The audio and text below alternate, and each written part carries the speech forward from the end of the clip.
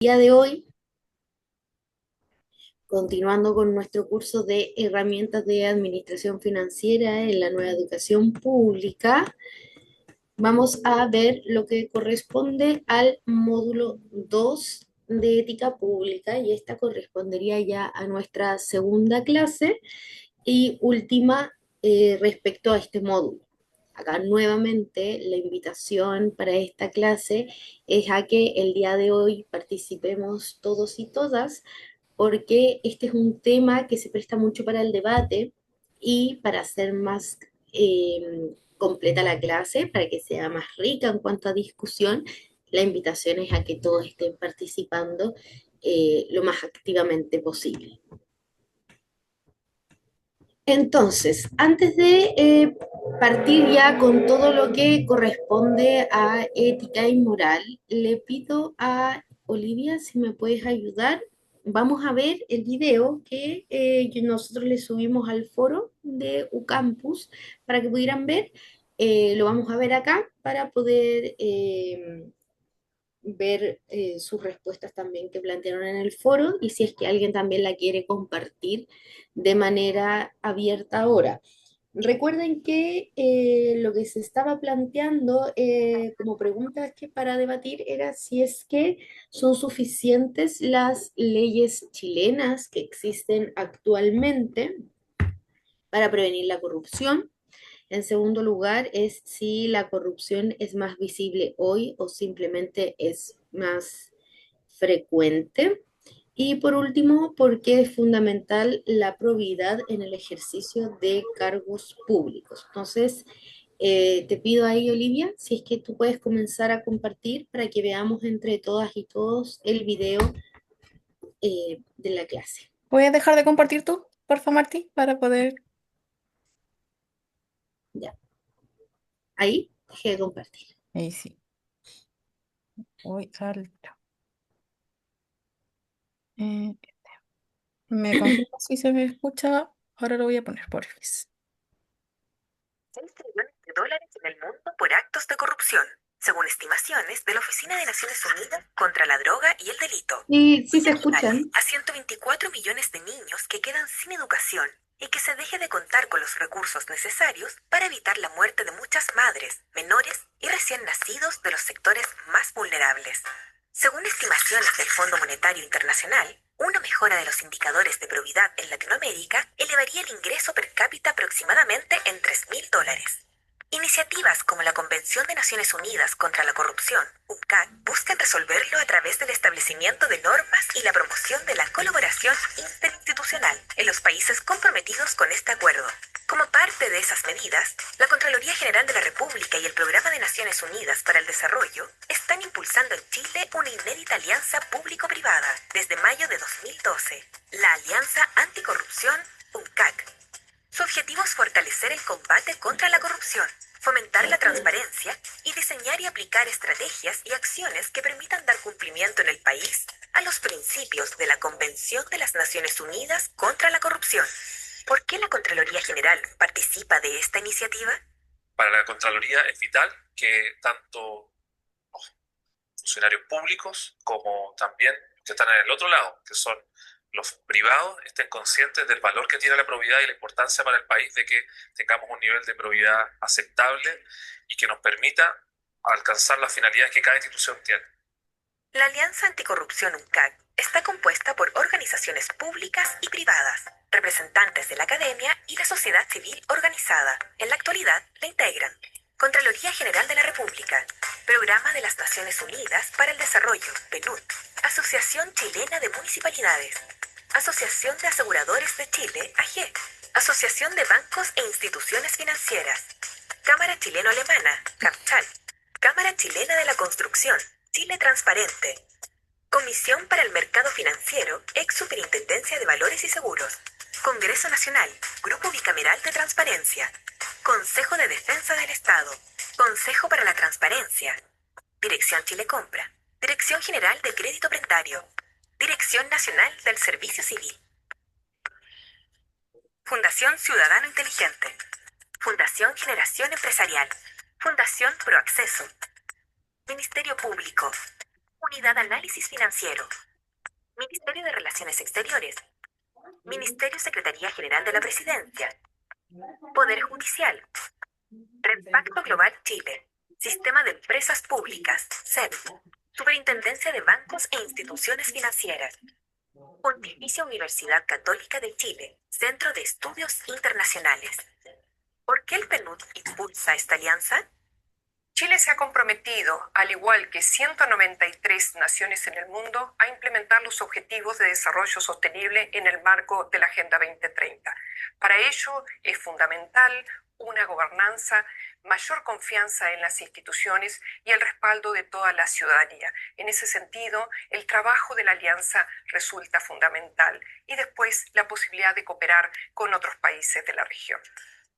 La Alianza Anticorrupción, UNCAC, orienta su trabajo a la generación de actividades preventivas que apuntan a evitar las faltas de probidad. También fomentan la iniciativa que surge del trabajo de sus integrantes para generar una red de colaboración para promover buenas prácticas.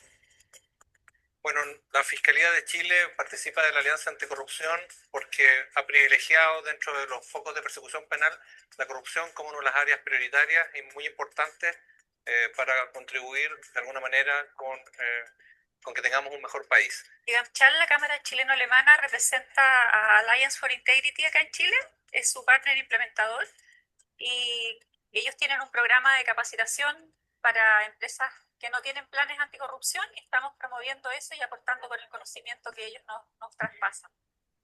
Nosotros tenemos la labor de combatir el delito funcionario y las acciones que cometen los funcionarios públicos, básicamente el delito funcionario, y por lo tanto eso nos coloca inmediatamente dentro de cualquier sistema anticorrupción que se diseñe en el país.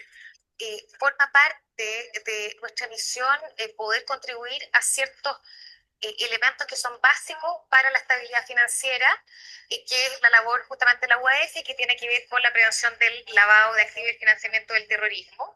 Y desde esa posición institucional nos interesa, por supuesto, contribuir al sistema en su conjunto. Combatir la corrupción es una responsabilidad de todos, porque daña la institucionalidad y la confianza ciudadana, y disminuye la capacidad del Estado para lograr sus fines. Le invitamos a conocer nuestra alianza visitando el sitio web www.alianzaanticorrupción.cl.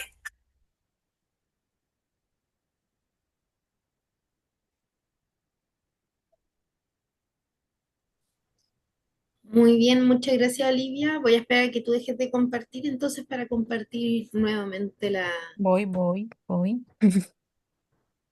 Ahí está. Gracias. Gracias. Entonces,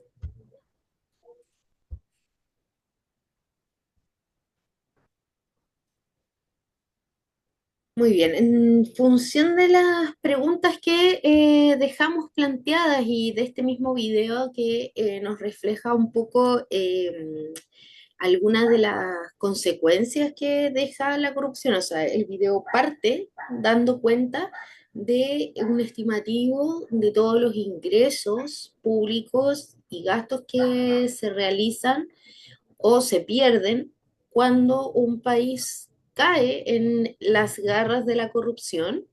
Y finalmente, ¿por qué existen tantos como actualmente es un problema que se busca dar solución y existen tantos mecanismos un poco para poder enfrentar este vicio? ¿Sí? Habíamos dejado planteadas las siguientes preguntas, que era si la corrupción es más visible hoy eh, o es que simplemente es más frecuente. ¿A qué nos referimos con esto? Hace un tiempo atrás, quizás el tema de la corrupción no era un tema que se hablara tanto a nivel país, más a partir de la clase que tuvimos la semana pasada, lo que hemos podido ir viendo nos hemos dado cuenta que actualmente los delitos de corrupción están cada vez más en boga de todos nosotros. La primera pregunta era, va un poco relacionado con eso. ¿La corrupción ha existido desde siempre y antes simplemente no era noticia? ¿O es que ahora hay más corrupción? Para empezar entonces la clase, abro la palabra a ver si es que alguien quiere compartir su opinión.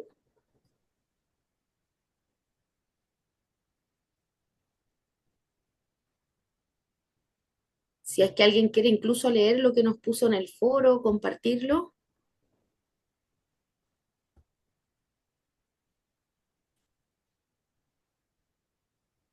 Recuerda que también vamos a estar atentos al chat, así que puede escribir por el chat. Aquí Laura comentó, creo que la corrupción siempre ha sido la misma. La corrupción hoy se ve más porque a través de redes sociales todo es más viral. La información no se puede ocultar como antes. Muchas gracias, Laura. Sergio, por favor. Hola, buenas tardes. Buenas Eh, tardes. Concuerdo con Laura, yo creo que la corrupción siempre ha existido. Ahora, con las herramientas que existen ahora para ubicarla, para atacarla, es que se ha llegado más a ella y ha sido más publicitada en redes sociales, en televisión, y ya no se puede esconder más como antes se intentaba esconder. Muchas gracias, Sergio. Sí, actualmente todos nosotros tenemos un aparato tecnológico siempre en nuestro bolsillo, en nuestra cartera, que nos permite también a nosotros convertirnos como en testigos eh, visuales de cualquier situación que podamos ver. O sea, si se han dado cuenta, los grandes como los noticieros, los distintos medios de comunicación, se han abierto la posibilidad de tener a estos cazanoticias, que uno ve en las noticias muchas veces abajo aparece y figura así como, si tienes una noticia, envíala a tal WhatsApp, y eso es porque todos estamos como mandatados o podemos ser testigos de alguna situación, podemos grabar esa situación y hacer noticia de esto. No sé si en el chat tengo algo más, algún otro comentario. Voy a ver. Pamela comenta que los medios de información son más inmediatos, por lo que los casos de corrupción son más visibles. Muchas gracias, Pamela. Claro, entonces es un poco lo que estamos comentando, que quizá los casos de corrupción no es que son de ahora, han existido siempre, pero ahora existen más mecanismos y tenemos más herramientas también nosotros para poder combatirla.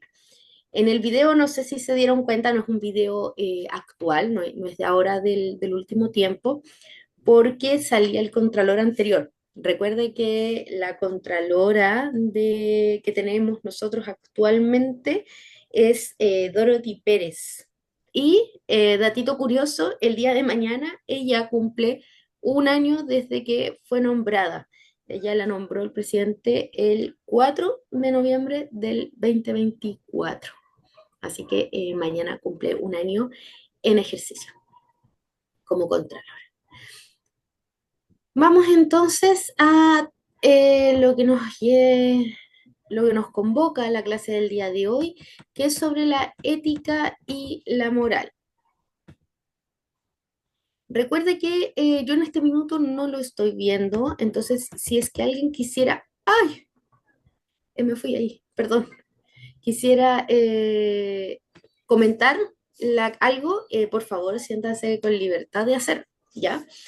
Respecto a la ética y la moral, son dos conceptos distintos, ya que la ética es la ciencia que estudia el bien y el mal, tratando de establecer definiciones y caminos para alcanzar el bien, mientras que la moral es el conjunto de costumbres relativas al bien y al mal que se practican en una sociedad y época determinada.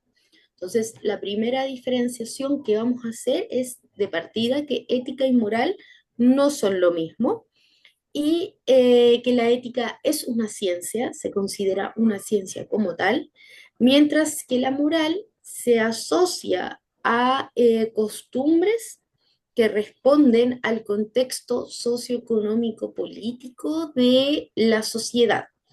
Acá un caso que nos permite a nosotros ver con mucha claridad que la moral no es la misma para toda la sociedad y que da respuesta también como a la contingencia, que a pesar de que todos nosotros nos encontramos en el mismo año, siglo XXI, 2025, Eh, la moral que compartimos acá, por ejemplo, las mujeres que somos parte de Chile, es muy distinto a lo que se entiende por moral de las mujeres del Medio Oriente.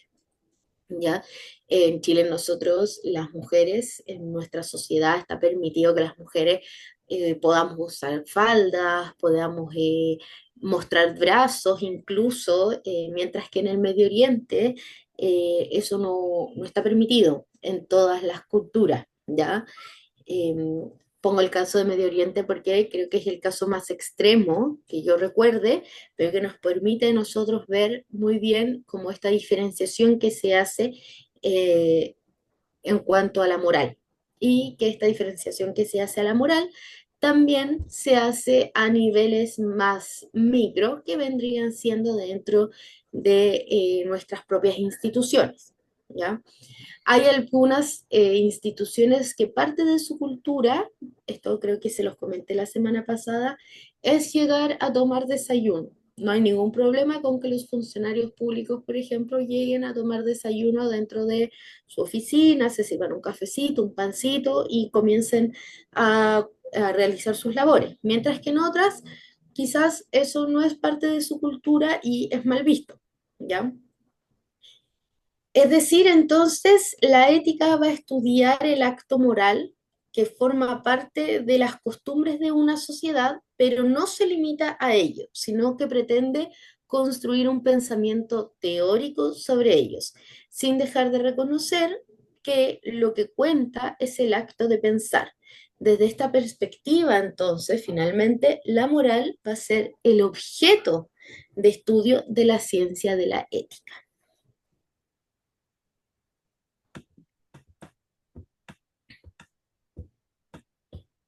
Entonces, ¿qué vamos a entender nosotros como bueno o malo? Y eso es algo que siempre va a estar en plena discusión y va a ser parte de las disyuntivas de los distintos grupos con los que yo trabaje o con los que yo me relacione. ¿Qué es bueno, qué es malo? Yo aquí puse el ejemplo de qué pasa si es que yo me encuentro plata en la calle, tirada, que yo no sé si es, yo sé que no es mía, la encontré, y la recojo y me la llevo. ¿Es bueno, es malo? ¿O qué pasa cuando yo, en vez de encontrarme solamente los billetes como tal tirados, ya me encuentro una billetera, donde yo tengo ahí los documentos de una persona? Yo podría saber perfectamente quién es, buscarla y poder entregársela, ¿no? Entonces, ¿qué es bueno? Es bueno si yo me encuentro plata en la calle y la recojo porque no tiene ningún propietario que yo pueda identificar, o es malo si es que yo me encuentro una billetera, porque ahí yo sí tengo documentos de una persona y que si yo saco esa plata, estaría sacándole como directamente a la persona. Dentro de estas preguntas de qué es lo bueno y qué es lo malo, la ética pública busca que ser esta ciencia que finalmente logre estudiar la moral de ciertos grupos para que podamos llegar nosotros a ciertos consensos. Respecto a la ética pública, entonces, la función de esto es producir pensamientos sobre el comportamiento del Estado, del servicio público, de los servidores públicos y de los políticos. ¿Se acuerdan que la semana pasada nosotros en el módulo anterior discutíamos si es que finalmente los políticos tenían o no que ser ejemplo para el resto de la ciudadanía? En esta clase, a los políticos nosotros los incluimos dentro del aparataje estatal, y se les invita también, obviamente, a ser parte del comportamiento del Estado. Este pensamiento entonces debe ayudar a definir el comportamiento de estos entes y trazar las fronteras entre el bien y el mal en este ámbito y promover la probidad. La cultura organizacional incluye los valores sostenidos, desarrollados y compartidos por un grupo social que integra una institución. Y aquí volvemos a relevar, volvemos a hacer el llamado a el concepto de la cultura institucional, la importancia que ésta tiene. Recordarán que vimos en el módulo, en la clase número 1 de este mismo módulo, que una de las recomendaciones de la OCDE, de hecho, la primera recomendación de la OCDE para estos casos, es que para poder atacar la corrupción, lo que hay que fortalecer, donde hay que apuntar, es a la cultura organizacional. Y acá nuevamente destacamos en cuanto a la ética pública la importancia que juega la cultura organizacional al momento de poder producir este pensamiento sobre el correcto comportamiento del Estado.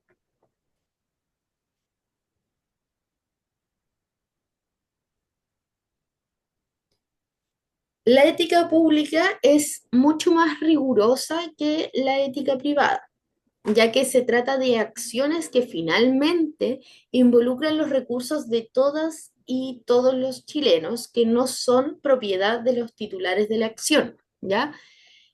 Ustedes recordarán un principio básico de nuestra Constitución, que es que en el sector público yo me puedo regir o puedo hacer únicamente lo que figura dentro de nuestra normativa. Más en el sector privado, por ejemplo, yo puedo hacer todo aquello que no esté prohibido dentro de la normativa.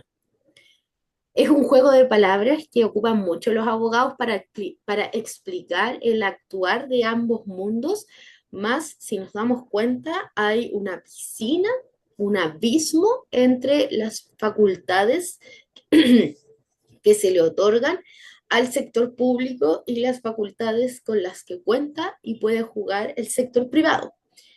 Un caso muy que hace poco fue, que esto es después del año 2019 por ahí, que es cuando Hacienda sacó esta circular que existe de austeridad en el sector público, donde se invitó a los servicios públicos a tomar ciertas medidas para evitar el derroche innecesario de recursos públicos. Dentro de esas cosas, por ejemplo, estaba el hecho de suspender el pago de las celebraciones de aniversario de las instituciones públicas, el gastadero innecesario quizás de contrataciones para ciertas cosas, y evitar, por ejemplo, que las autoridades tuviesen la facultad de cambiar la flota vehicular cada año, las compras que se realizaban. Son varias medidas que se hace la invitación. Cuando hace poco cuando fue el cambio de gobierno, de hecho, yo digo hace poco, igual fue, ya me doy cuenta, hace 3 años, pero cuando fue el cambio de gobierno, en un minuto se habló de que este gobierno iba a hacer este cambio en la flota de los vehículos. Y mucha gente se alarmó, dijo que no podía hacer, que era un gasto innecesario, salió en las noticias, incluso cuánto salía cada uno de los autos en los que se pretendía invertir, la gente no le pareció, habían opiniones divididas, la verdad, y eso es porque es en el sector público, porque yo estoy segura que en el sector privado, las veces que un empresario cambia el auto, o que las empresas renueven la flota de autos, nunca va a ser tema.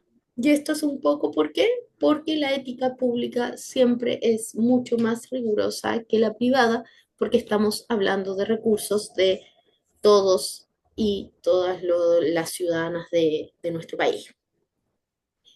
Entonces, en la corrupción administrativa hay usurpación de lo social por lo individual o lo particular.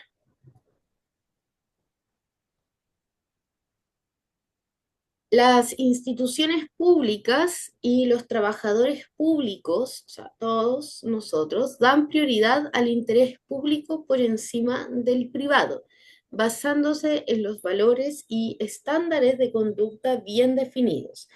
Quienes ingresamos al sector público, al momento de ingresar, dentro de las capacitaciones que se realizan o inducciones que hay, se nos presenta la normativa con la que nosotros contamos como funcionarios públicos y dentro de esta normativa existe como el listado de las buenas conductas o de lo esperable de un funcionario público, donde uno de los principios que se relevan es la importancia de que nosotros como funcionarios públicos debemos dar prioridad al interés público siempre por encima del privado.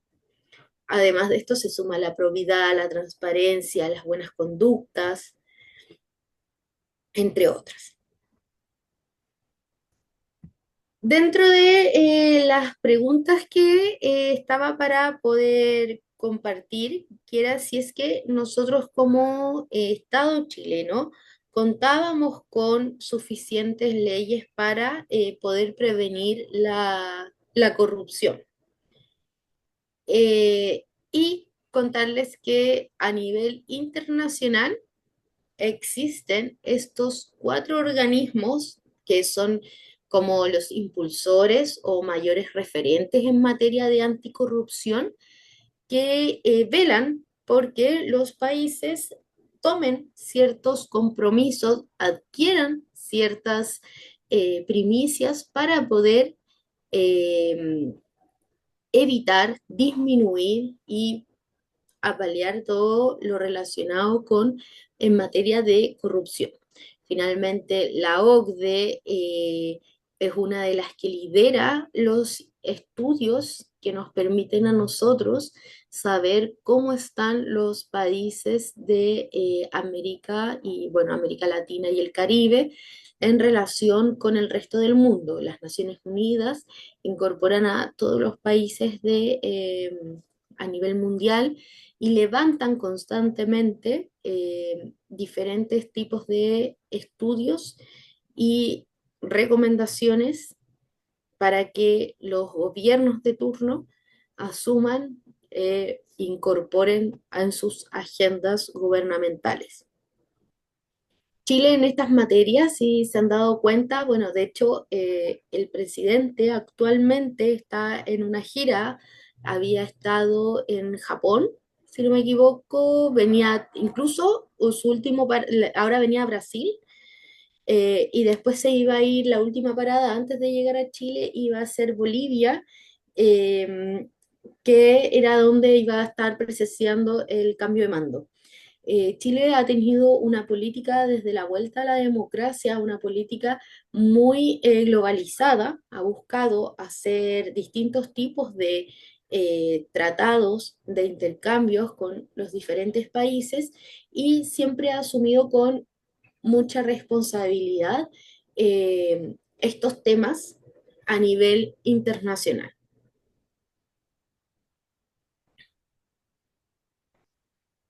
Y a nivel nacional, las instituciones públicas que lideran, en este caso, todo lo que es la lucha contra la corrupción, tenemos al Ministerio Secretaría General de la Presidencia, a la UAF, al Consejo de Defensa del Estado, a la Dirección de Chile Compras, a la Contraloría General de la República, quien viene siendo este ente fiscalizador por excelencia. Tenemos también el Consejo para la Transparencia y también contamos con el Servicio Civil. El Servicio Civil en el año 2017 mandató, entre el 2016 y 2017, para ser un poquito más exacta, mandató a todas las instituciones públicas para que comenzaran con la elaboración y difusión en cada una de estas de códigos de ética y así poder implementar en cada institución pública este concepto de sistema de integridad. Y este sistema de integridad incluía el código de ética código de ética que se solicita a cada una de las instituciones incluso que actualmente la tengan en su página web. Entonces, si ustedes ingresasen, por ejemplo, a la página del Ministerio de Salud, a Interior, a los distintos tipos de ministerio, dentro de los documentos que ellos tienen que tener constantemente publicados para para la ciudadanía, en este concepto de gobierno abierto, están los códigos de ética de cada una de estas instituciones.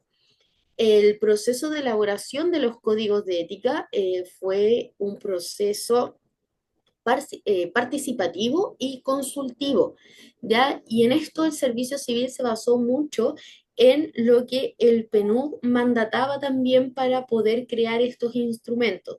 La idea es que los códigos de ética sean un instrumento vivo creado desde los funcionarios y funcionarias, independiente de su estamento, y que les haga sentido a ellos como finalmente institución pública. ¿Ya? Entonces, el servicio civil hoy en día es el servicio que promueve estos actos de integridad.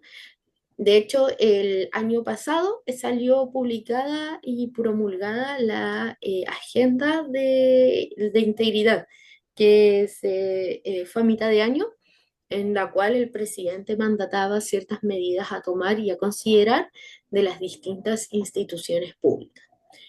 Tenemos también, bueno, el PNUD, está Chile Transparente, perdón, está la Alianza para la Integridad y también se suma a nivel nacional como una institución que busca y promueve conductas anticorrupción, la Fiscalía.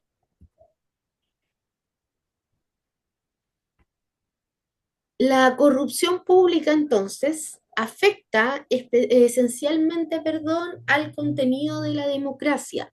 ¿Por qué hemos estado hablando durante la clase número 1 de este módulo y la clase número 2 ahora, tanto de corrupción? Y es porque recordarán que dentro de los países donde existía un mayor índice de corrupción, de percepción de la corrupción, eran países que también tenían problemas en cuanto a sus sistemas en cuanto a sus democracias. De hecho, muchos de esos países podrían considerarse como países no democráticos. Estoy hablando de los 5 países que presentaban un índice de corrupción mayor.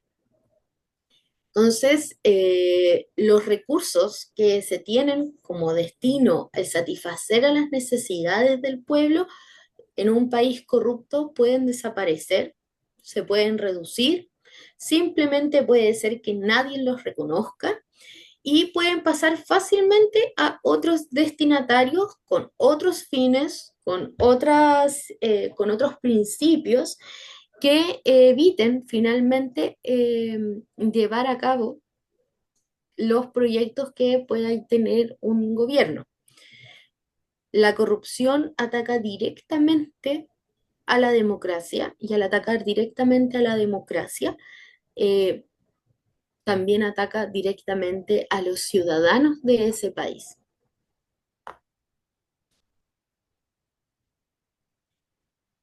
Cuando aparece este vicio de la corrupción, también aparecen vicios como, o malas prácticas como pueden ser las coimas, los favores, los amiguismos y distintos tipos de conceptos que actualmente se han manejado, por ejemplo, el nepotismo para ocupar quizás cargos públicos o para la malversación de los fondos públicos. En estos contextos donde la ciudadanía finalmente es menos opinante y donde su posición y valoración frente a los hechos de corrupción se viven con mayor relatividad, disminuye la fiscalización ciudadana. La ciudadanía juega un rol fundamental para poder apalear todo lo que es la corrupción, finalmente. Y es un poco lo que hablábamos al comenzar esta clase. la importancia de esta ciudadanía que participa de manera activa, que está atenta, que está pendiente de cada uno de los movimientos que realiza el gobierno, finalmente. Una ciudadanía que se cuestiona, que pregunta, que quiere saber en qué se están usando los recursos públicos del gobierno. Es una ciudadanía que está ejerciendo este rol fiscalizador y está aportando finalmente a disminuir el porcentaje de corrupción que pueda existir. Mientras haya una ciudadanía entonces que se involucre y se impacte ante situaciones de corrupción, habrá mayor probabilidad de implicarse activamente en la evaluación de estas situaciones y en el cumplimiento de sus deberes cívicos, generando control social sobre las decisiones públicas. Un ejemplo muy claro de que nuestra ciudadanía, al estar involucrándose, al poner los límites de lo que considera ético y moral también, y evitando así que caigamos en actos de corrupción, es que muchas veces, si uno escucha a veces un mandatario de otro país, puede ser un país vecino, ¿no? Por ejemplo, puntualmente a mí a veces, muchas veces cuando escucho al presidente de Argentina, muchas de las cosas que él menciona, de la manera en que tiene de expresarse para con la ciudadanía, a mí me llama mucho la atención, me espanta bastante. Considero que usa a veces términos muy ofensivos, que es muy controversial su manera de ser, de plantear ciertas posturas, y a mí eso me impacta mucho. Creo que yo nunca he visto a un presidente acá en Chile, independiente de su sector político, referirse así a su mismo pueblo. ¿Ya? Lo mismo me pasa a veces cuando he escuchado discursos de presidentes como el de Venezuela. También creo que tiene ciertos términos, ciertos modismos que son súper, o sea, que yo acá no se lo he escuchado a ningún político, ¿ya? Ni usar. Eh, y eso nos demuestra que dentro de la ética de lo que nosotros consideramos como oportuno o no, y nuestro rol de fiscalizador es distinto al que tenemos acá en Chile, al que puede existir en un país como, e incluso un país fronterizo que vendría siendo Argentina, o sea, está al lado de nosotros. Y eso es porque el pueblo de allá permite que su autoridad máxima, en este caso el presidente, utilice ciertos modismos, que acá en Chile estoy segura que hay muchos de esos modismos que nosotros nunca los permitiríamos usar. ¿Ya? Y es porque Chile igual está siempre, acá en Chile por parte de la ciudadanía, hay un nivel de involucramiento con estas cosas mayor, importante a considerar. Ya hay un ejemplo muy claro que tenemos nosotros, es un poco lo que pasó en el año 2019 con el estallido social. ¿Ya? Entonces, el rol que cumple la ciudadanía es crucial como ente fiscalizador. Hasta aquí, ¿todo bien? ¿Todos conmigo? ¿Alguien tiene alguna duda, algún comentario? ¿Quisieran decir algo?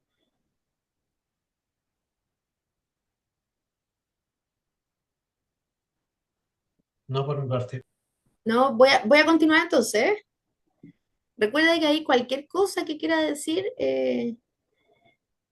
usted puede interrumpir, incluso si es que usted no tiene la misma percepción u opinión que yo.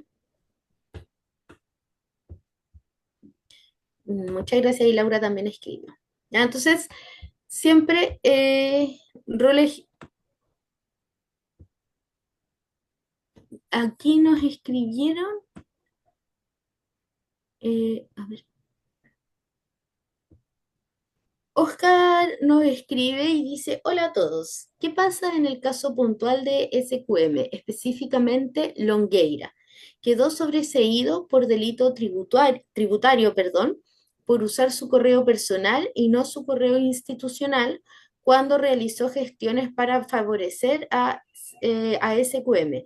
Entonces, ¿de qué sirve una ciudadanía activa y fiscalizadora si todo queda de la misma forma? No sé si alguien quiere, u Oscar, si estás ahí, quieres plantear más tu punto.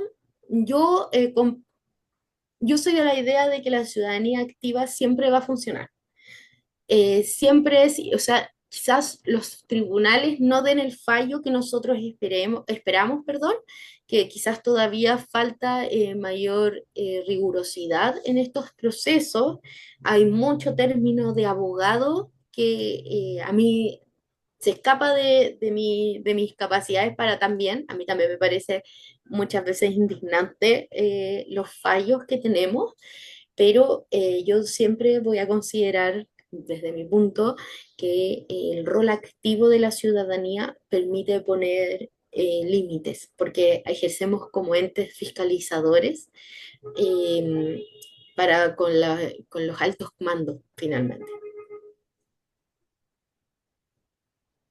No sé si alguien quiere decir algo respecto a lo que plantea eh, Oscar.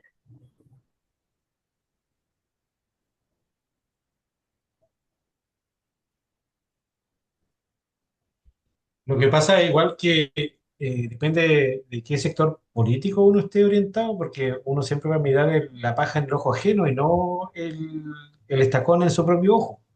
Entonces, por ahí parte un poco de la ética y la moral, pues, o sea, somos buenos para criticar al de al frente, pero a veces nosotros mismos actuamos de mala fe o de mala manera. Sí, así es, Cristian. Y también entra el hecho de que todos, independiente yo planteaba a veces, planteé como grandes cargos, porque creo que a mayor poder es mayor quizás el grado que se pueda llegar a cometer en cuanto a alguna falla o falta a la moral o a la ética. Pero si nosotros pensamos, como incluso entre nuestros mismos compañeros y nosotros mismos, también podemos cometer ciertas faltas que debiésemos estar pendientes.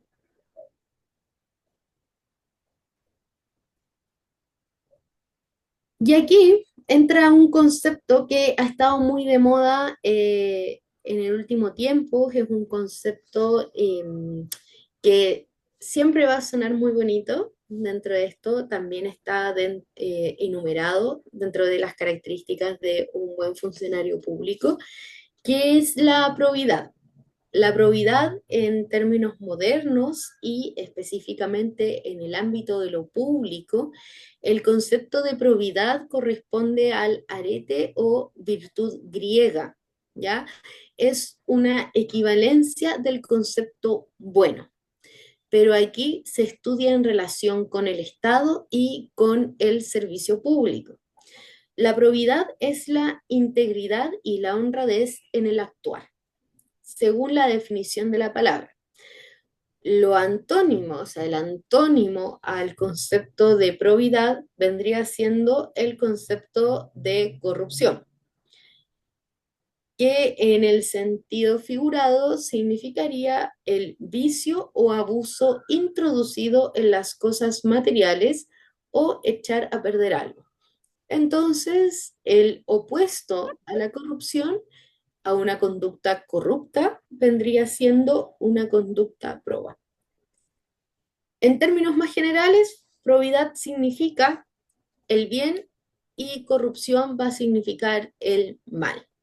El bien es el objeto de estudio de la ética, la que intenta encontrar principios generales que permitan distinguirlo y explicar por qué existe el bien y el mal. Entonces, continuando con lo que estábamos conversando, si bien moralmente pueden existir existir distintas como percepciones, pueden existir distintas creencias también dentro de un grupo de personas. La ética busca encontrar estos puntos en común para que, por ejemplo, todos y todas compartamos que en nuestra sociedad hacerle daño a un niño es algo éticamente incorrecto. Ya, por ejemplo, que robar es éticamente incorrecto, no corresponde. ¿Ya? Eso es lo que estamos buscando poder encontrar eh, y unificar finalmente conceptos dentro del sector público. La corrupción y el género. Un llamado que se hace desde, bueno, esto lo plantean desde el servicio civil, y es que la corrupción afecta directamente a los grupos más vulnerables de la población. ¿Por qué? Porque dentro de ellos está este fenómeno, que es el fenómeno de la feminización de la pobreza. Esto se expresa en distintas formas, desde la extorsión, sexual como moneda de cambio para el acceso a bienes o servicios públicos, hasta las barreras que por su condición de género les impiden o dificultan acceder a espacios de participación, fiscalización y de administración de justicia, a través de los cuales puedan incidir sobre dichas situaciones de abuso y maltrato. Entonces, uno de los llamados que hace el Servicio Civil a partir de los estudios realizados por la OCDE y Naciones Unidas es que destaca que aquellos países donde existe mayor corrupción se ve afectada de manera directa también la población de las mujeres. ¿Ya? Puntualmente, especialmente, afecta directamente a las mujeres. La ley de probidad.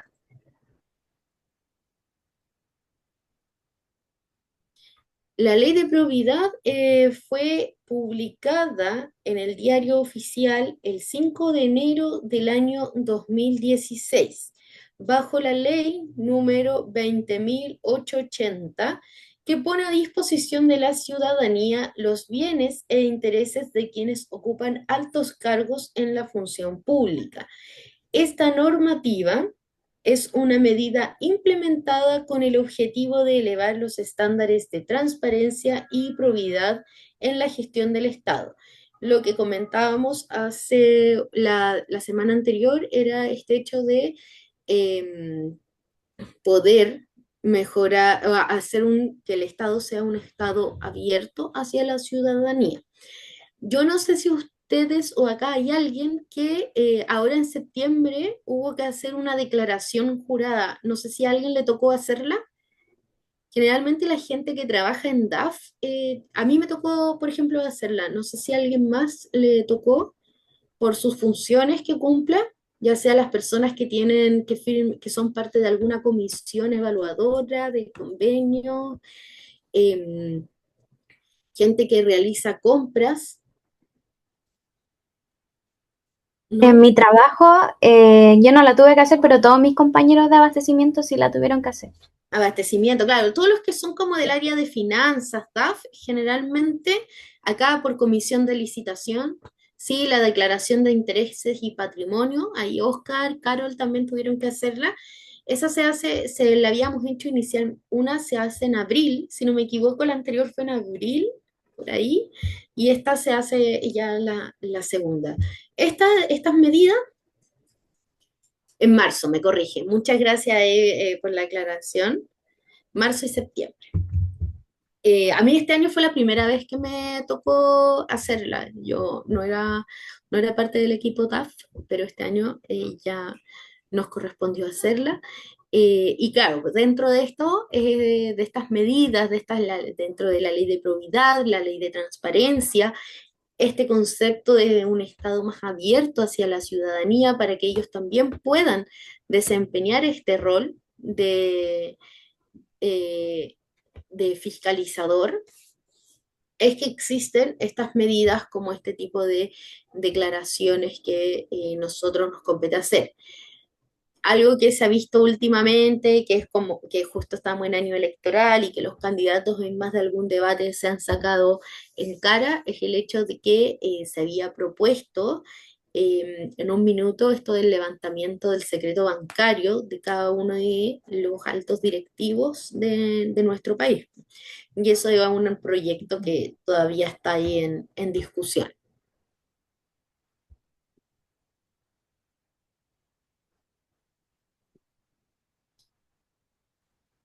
¿Qué regula? Entonces, aquí también traje un chistecito. La semana pasada le había traído un chistecito. Este chistecito número 2 que les traje, que yo no sé si ustedes fueron en algún minuto seguidores de Contralorito. Yo, súper perna, me reconozco fan número 1.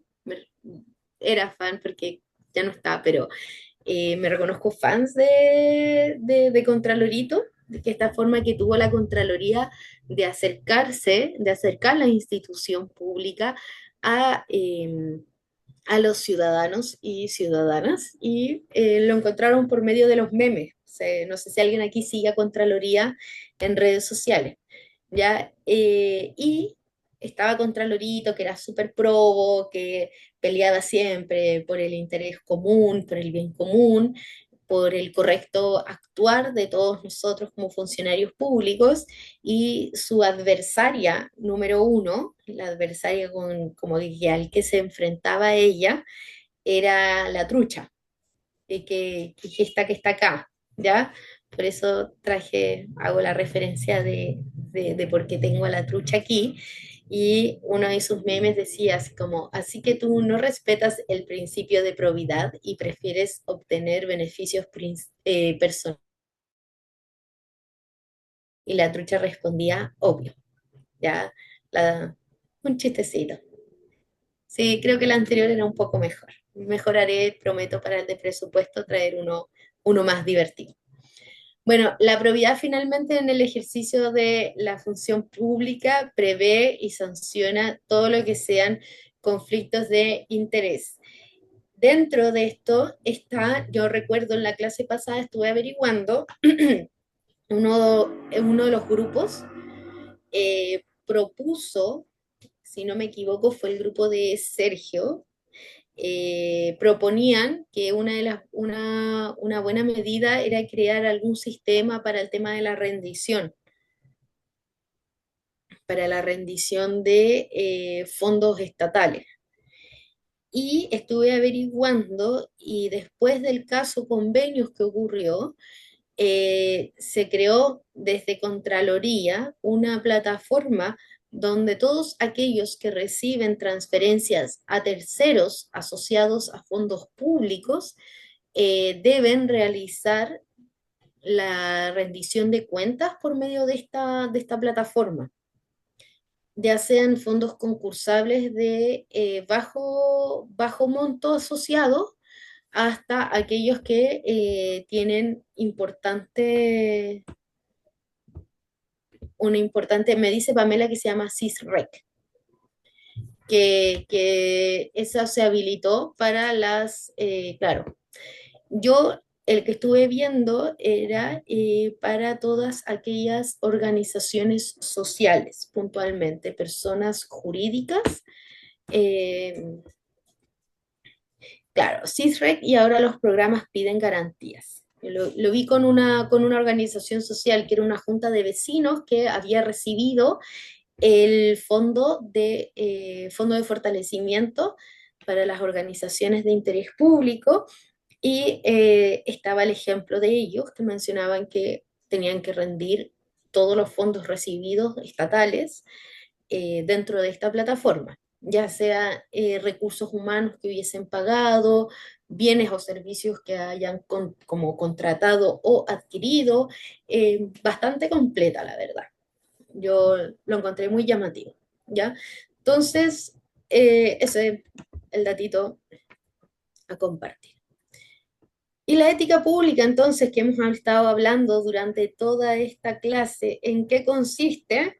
Es en que las y los funcionarios públicos tengan una conducta intachable.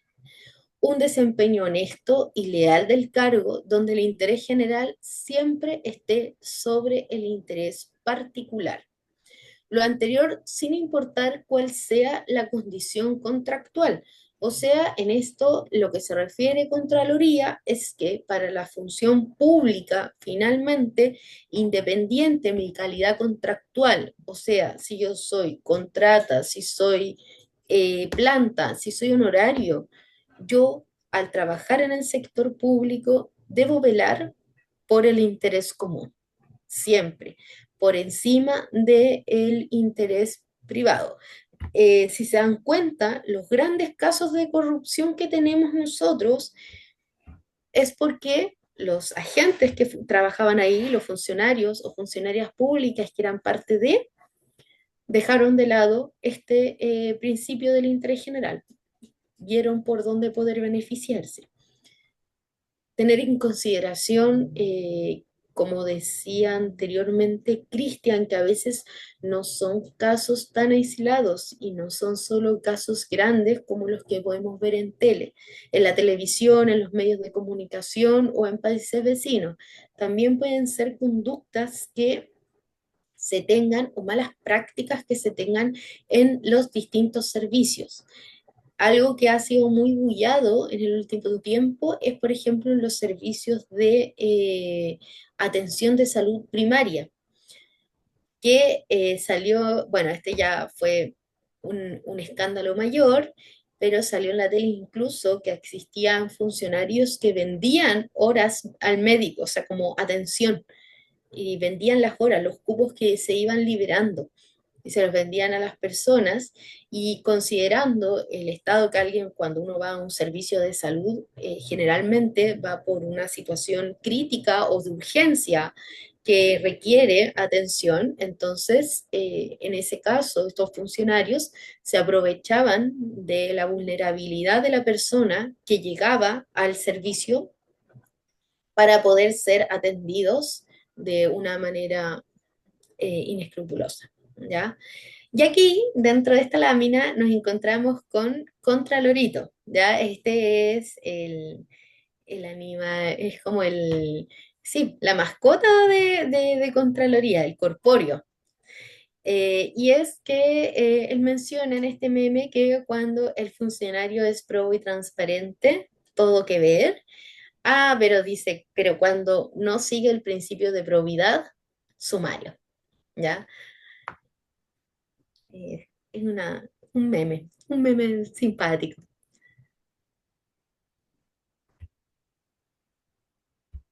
Todo aquel que se desempeñe en funciones públicas, cualquiera sea la calidad jurídica en que lo haga, deberá ejercerlas en conformidad con lo dispuesto en la Constitución y las leyes, con estricto apego al principio de probidad.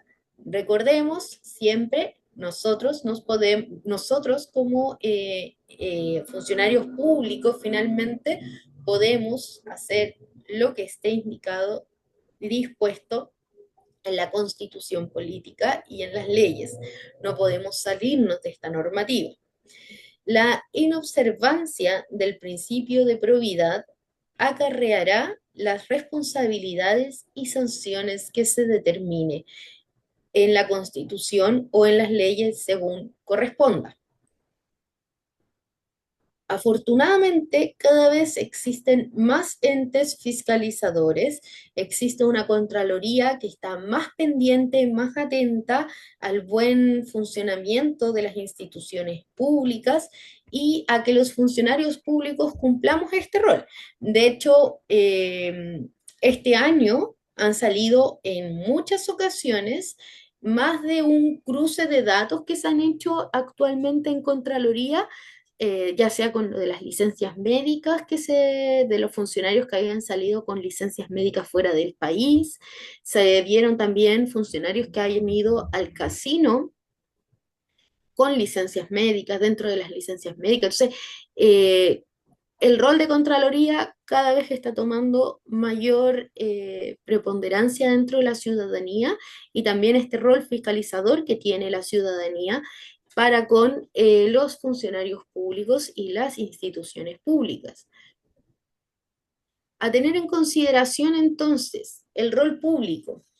A quienes ejerzan la función pública les corresponde un rol excepcional, ya que tienen poder y autoridad sobre el resto de las y los ciudadanos, situación que es tanto un privilegio como una gran responsabilidad.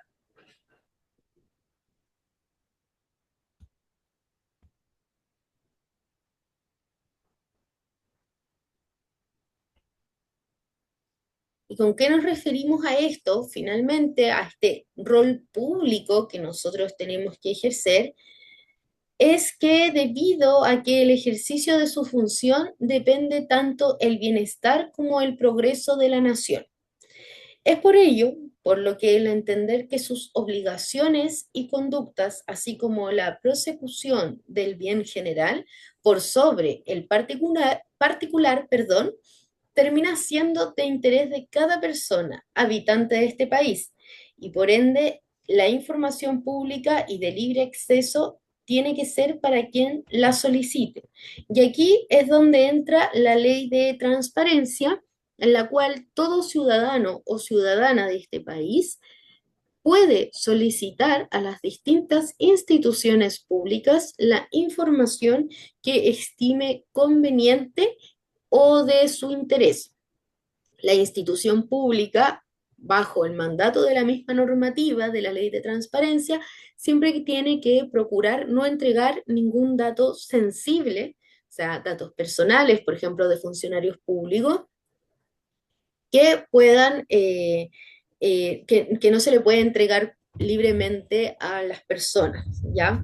Eso es la única consideración que se exige dentro de esta normativa a grandes rasgos, pero usted se dará cuenta que puede ingresar a cualquier institución pública y dentro de lo exigido por la ley de transparencia activa, se solicita que dentro de esto, perdón, dentro de sus plataformas estén publicados el listado de todos los funcionarios que trabajan dentro de, perdón, de la institución. En el único caso de instituciones que no se permite hacer esto son en los de orden y seguridad pública, por un tema de resguardo también para los y las funcionarias de esas instituciones. Perdón.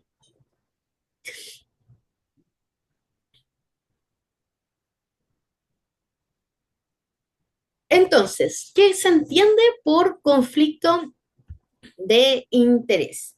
Y aquí abro la palabra para que me puede, por si alguien quiere participar y comentarme qué considera conflicto de interés.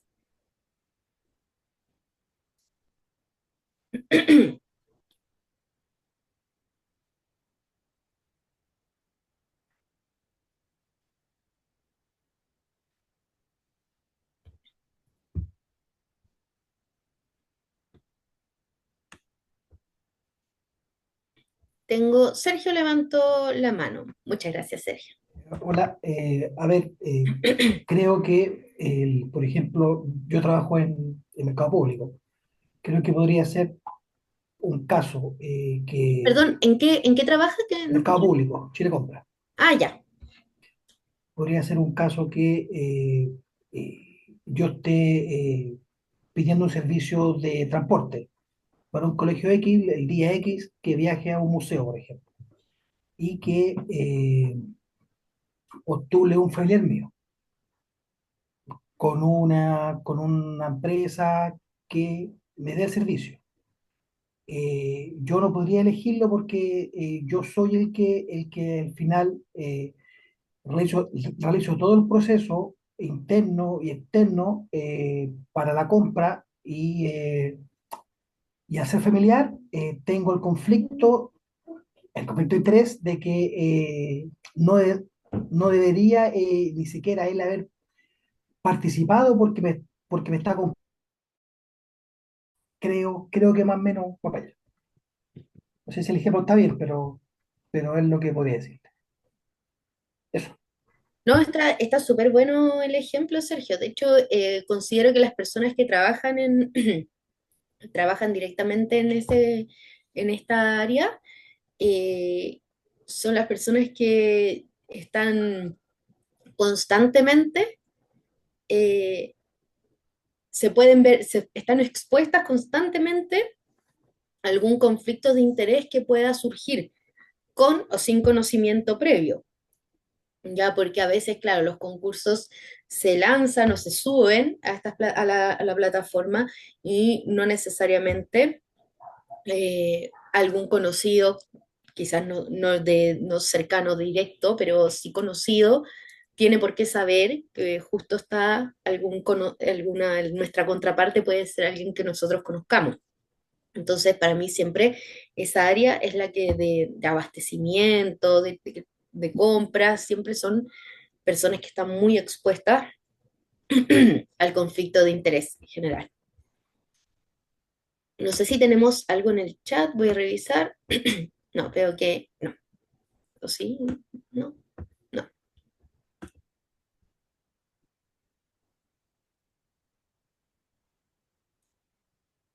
Entonces, ¿qué vamos a entender por conflicto de interés?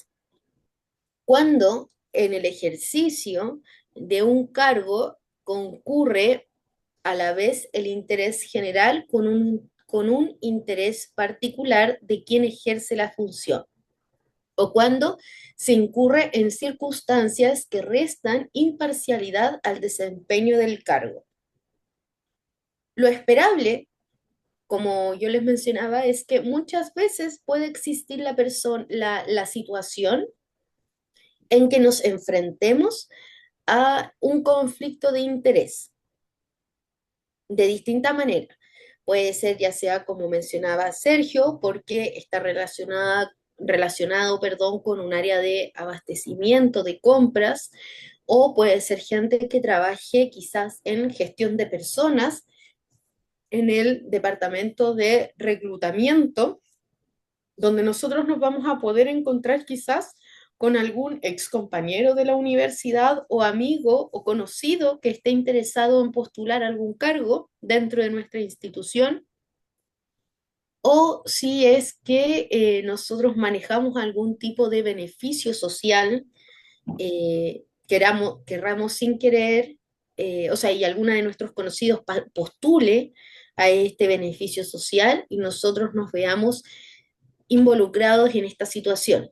Ahora, una conducta proba, como hemos estado viendo, si actuásemos bajo la probidad, esto nosotros lo debiésemos saber y poder declarar siempre, indicar, ya sea restándonos del proceso en caso de corresponder o de indicarle al resto de la comisión o a las contrapartes que nosotros tenemos en este caso este conflicto de interés porque es una circunstancia que resta imparcialidad para las otras personas que están interesadas, ya sea en tener el cargo al cual están postulando, en ganarse la licitación o en adquirir algún servicio o bien que preste nuestra institución.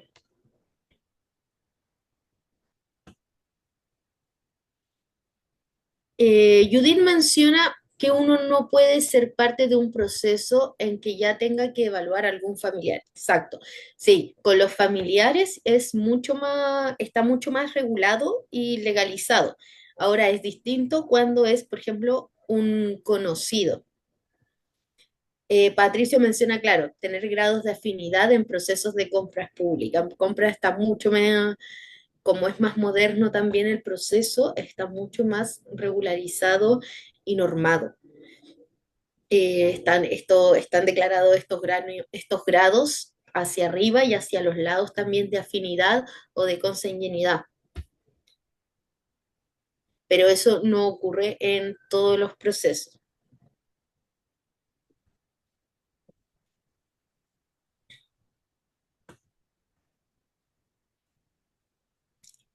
Y ya para ir cerrando, porque con esto terminamos nuestro módulo de ética, para finalizar, no solo quedarnos con lo que vimos en esta clase, sino también con la clase anterior, tener en consideración que los conflictos de interés siempre van a existir, es lo que estábamos hablando. Es por ello que su gestión debe ser prioritaria y su tratamiento debe ser transparente. No existe ningún incumplimiento si es que mi vecina o algún conocido quisiese postular algún beneficio a obtener dentro de la institución en la que yo trabaje. Porque nosotros no dejamos de ser ciudadanos, no dejamos de ser parte de. Entonces puede ocurrir que necesite algún conocido, algún beneficio estatal. Aquí lo importante es el tratamiento que nosotros le demos. Y este tratamiento tiene que ser transparente y siempre con la probidad por delante. Cuando nosotros hablamos de integridad pública o de integridad de los funcionarios y funcionarias públicas, significa elevar el estándar ante la ciudadanía. Y es un poco esto lo que mencionó la semana pasada, no recuerdo bien quién lo mencionó, pero que era hacer lo correcto, siempre hacer lo correcto. ¿Se acuerdan que lo mencionaron en el chat? Que era siempre hacer lo correcto, independiente si es que alguien nos estuviese viendo o no. Claro, Cristian menciona que esto es complicado en comunas chicas, puesto que parte de la población tiene algún grado de parentesco. Por lo mismo, siempre apelar mucho al tratamiento que se le dé, o sea, que sea un proceso transparente, que sea un proceso probo en su máxima capacidad. No hay problema que usted declare que conozco a la persona o que tengo algún grado de afinidad con tal persona. El tema es si usted no lo declara. Es ahí donde incurre en un proceso poco transparente o poco parcial. Después lo importante y por lo que nosotros siempre tenemos que velar es por recuperar esta confianza en lo público. Recordar los primeros resultados de estudios que yo les traje en la semana pasada, donde la confianza en el sector público rondaba el 20-25% por parte de la ciudadanía. Y finalmente, insistir siempre sobre la importancia que nosotros tenemos como funcionarios públicos en este rol público, en el cual debemos velar por el interés común y no por nuestro interés y no por el interés privado. Dicho esto, y ya ya estando casi en la hora, damos por finalizado este módulo número 2 de ética. Tuvimos las dos clases y nos vamos a estar viendo nosotros prontamente en el módulo de presupuesto. Aquí Camila, eso iba a decir, si hay algún comentario o alguna duda que haya quedado. Y Camila nos menciona que estuvo en una comisión de evaluación y participó el papá de una directora, hicieron un sumario y finalmente no pasó nada, porque la directora no participaba en los procesos. Claro, si la directora no era parte de la comisión o si no tenía ni voz ni voto, ahora quizás no es lo más probo porque es el padre de la autoridad, pero ahí va a depender mucho de esto que hablábamos de la cultura institucional, si es que participan o no familias, personas dentro de estas, como de algún tipo de concurso que puedan ustedes como servicio brindar. Es la directora de un jardín.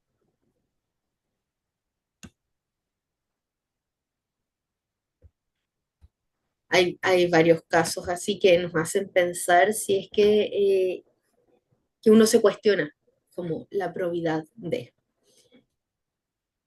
Bien, ¿alguna otra duda, consulta, mención, comentario que quieran hacer antes de ir finalizando? ¿No? La invitación está entonces a que el día de hoy Olivia va a dejar cargado todo en UCampus para que usted pueda revisar. No se olvide de revisar el material complementario, que este también es parte después de la evaluación final. Entonces, vea los videos que se cargan, repase ahí un poquito los documentos, participe en el foro, que también son importantes. Recuerde que este curso es tanto horas sincrónicas conmigo como asincrónicas, que es lo que se carga en UCampus. Dicho esto, esperando que tengan una muy buena semana y nos vemos el día de mañana. Así que tengan un buen descansar.